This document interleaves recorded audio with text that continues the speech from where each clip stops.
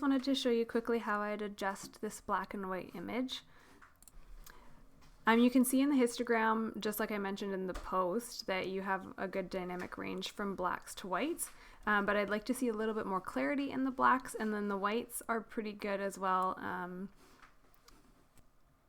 If you compare the black and white to the color edit, then you'll notice that there are a bit of highlights in the cheeks that are missing when you've converted the image.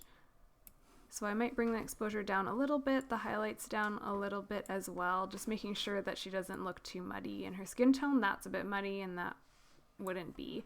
And then that way you can check and see, you have the numbers here, the RGB numbers on the eyedropper are at 81 or 82, and that basically means it's not at 100 or clipped that way. So after making sure the highlights are correct, then I would just add a little bit more to the blacks, and you can see that already brings up a bit more. Actually, that's a bit too much. Playing with the histogram.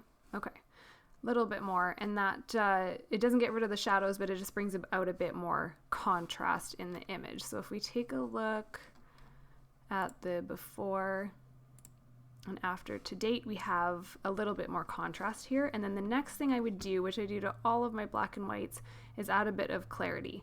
You don't want to add too much. As you can see, it really distorts the skin and the transition from light to dark, but you can do a little bit.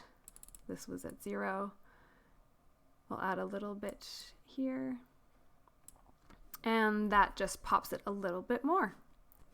So again, here is your after and before for the same image. Just want to double check I've got some blacks clipping here. So you do have to adjust it a little bit. It might be good to use the contrast slider too.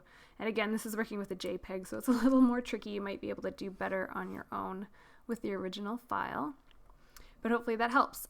With the color image, I think you've got a great straight out of camera image here. I'll just double check the whites and adjust the skin tone a little bit, but it's pretty bang on straight out of camera, which is fantastic. So then the only thing that I might do from here,